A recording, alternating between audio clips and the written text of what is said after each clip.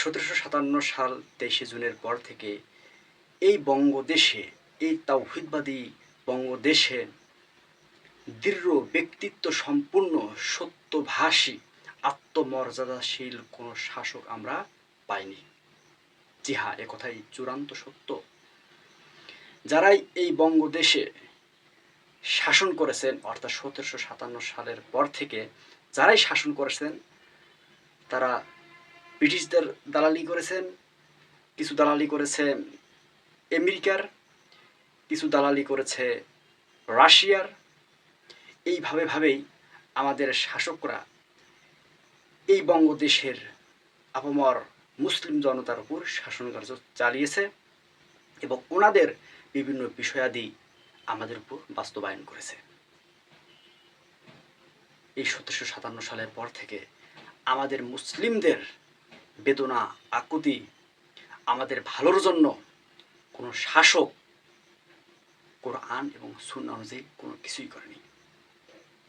যা করেছে এগুলো ছিটেফোঁটা।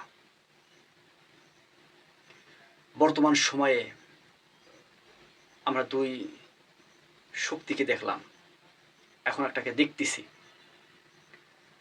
বিএনপি, আওয়ামী লীগ। আওয়ামী লীগ ভারতপন্থী, মোশরেকপন্থী।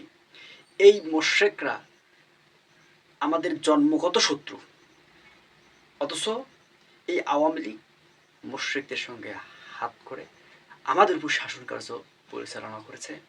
ওদের বিভিন্ন কুসংস্কৃতি, বিভিন্ন ন্যাক্কারজনক বিষয়াদি আমাদের উপর চাপিয়ে দিয়েছে, দিয়ে আমাদের সাথে জুলুম করেছে।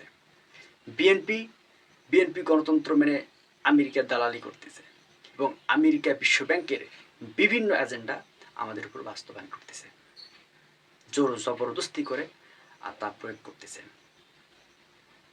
ওগুলোকে বাধা দিতে গেলে উল্টো আমাদেরকে স্বদেশ দ্রোহী, আমরা নাকি দেশকে ভালোবাসি না, আমরা নাকি দেশে অরাজকতা সৃষ্টি করি, ইত্যাদি ইত্যাদি বিভিন্ন ন্যাক্কারজনক শব্দ দিয়ে আমাদেরকে সম্বোধন করতেছে।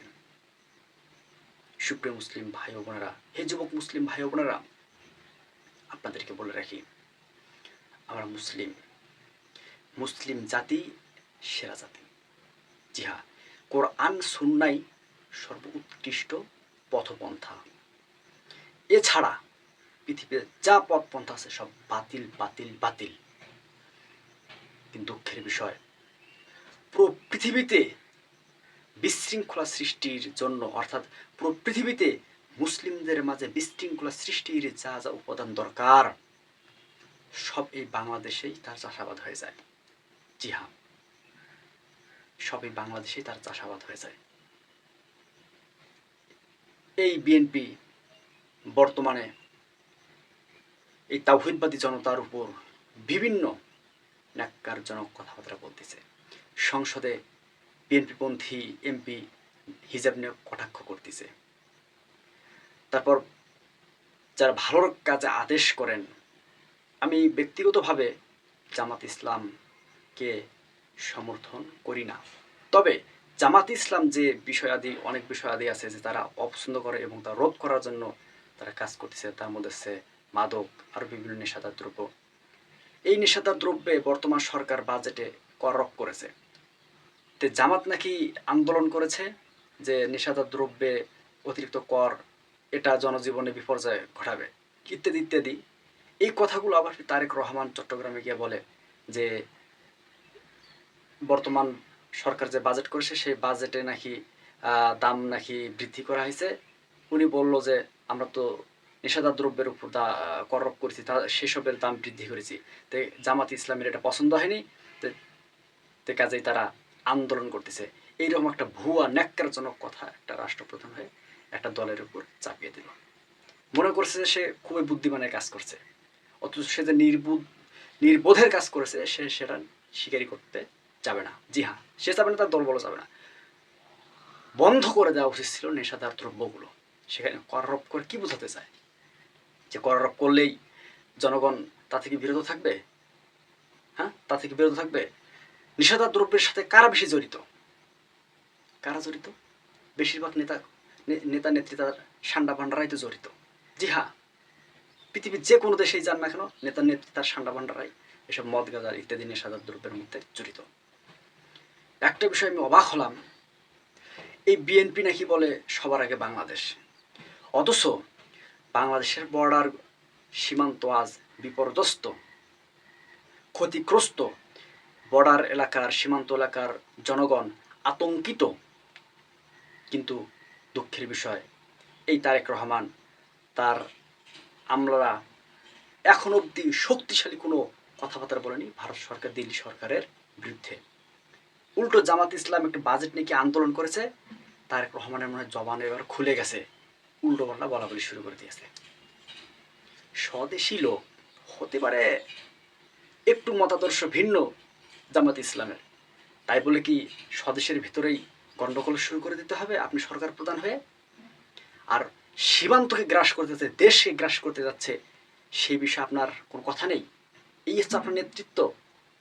নাকি এই যে পুশ ইন, তারপর এই বিপর্যয়গুলো আপনি ষড়যন্ত্র করেছেন যে আমি সরকার আসলে আপনারা এরকম পরিবেশ সৃষ্টি করবেন, পরে আমি বলবো, পরে এটা থেকে আপনারা বিরত হবেন, এতে আমার জনগণ বুঝবে যে আমার নেতৃত্ব সেই, এই যে আমি পুষিনি ইত্যাদি ইত্যাদি এগুলা বিপর্যয়কে রোধ করে দিয়েছি, এটা এটা এটা কি আবার প্ল্যান পরিকল্পনা করে রেখেছেন নাকি?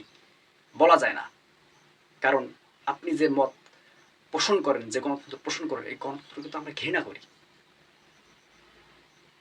সরকার প্রধান হয়েছেন স্বাধীনতা সার্বভৌমত্বের জন্য, এই মুসলিমদের নিরাপত্তার জন্য।